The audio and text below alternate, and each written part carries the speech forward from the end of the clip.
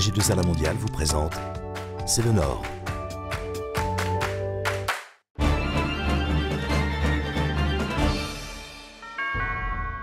Bonjour, C'est le Nord s'intéresse aujourd'hui à la formation. Pour en parler, la femme du Nord que je reçois est Stéphanie Lamarche-Palmier, directrice de l'agence régionale de la Fondation Abbé Pierre.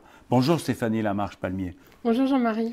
Nous allons regarder ensemble le reportage que nous avons réalisé lors d'une formation de médiateur chez Citeo à Lille. Vous savez comment ça fonctionne ou pas? Oui. Moi, je suis arrivé à Citeo en juin 2011. J'ai eu des formations sur les publics sensibles, sur les publics en errance.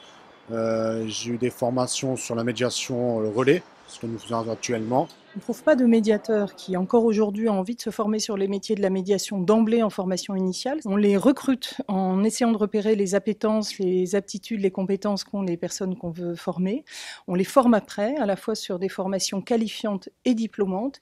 Et puis, on les accompagne en tutorat, en accompagnement, en professionnalisation et notamment en évolution professionnelle. Le but du jeu, c'est que vous allez observer vos camarades, vous allez bouger en continuant de mimer et essayer de vous reconnaître par sentiment. Colère, peur, tristesse et joie, exactement. On a eu une formation assez riche, on a touché à tout, donc il y a vraiment la partie spécifique à la médiation par les pairs, mais il y a aussi tout ce qui est montage de projet, le partenariat, la découverte de la médiation sociale, mais du système scolaire aussi. Quand je suis arrivée chez Citeo, j'avais déjà un titre dans la médiation sociale, j'en sortais, donc c'était tout frais, et malgré tout, la formation a vraiment apporté beaucoup de choses. Stéphanie Lamarche-Palmier, la médiation, c'est aussi créer du lien social. Et n'est-ce pas une des grandes missions de la Fondation Abbé Pierre que de favoriser le lien social? La Fondation Abbé Pierre, effectivement, essaie d'intervenir pour que les plus démunis aient accès à une vie digne et à un logement décent.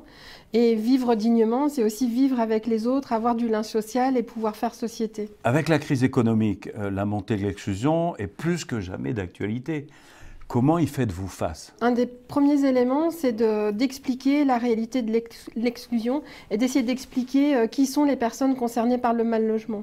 On pense qu'en comprenant les phénomènes, c'est une façon d'avoir un regard différent sur l'autre et peut-être de regarder avec plus de compréhension la personne qui est différente et concernée par le mal-logement si soi-même on n'est pas victime du mal-logement. À votre connaissance, au plan régional, la situation est-elle meilleure ou pire que partout ailleurs en France? Un des gros problèmes dans la région, c'est son parc ancien et concrètement, on estime qu'un ménage sur 5 est frappé par la précarité énergétique, c'est-à-dire qu'il va avoir du mal à se chauffer ou des factures trop lourdes ou des températures trop basses. Et l'agence régionale de la Fondation Abbé Pierre essaie d'intervenir pour qu'il y ait davantage d'informations, de connaissances et d'outils à disposition de ces ménages-là. Merci Stéphanie Lamarche-Palmier et à bientôt dans C'est le Nord.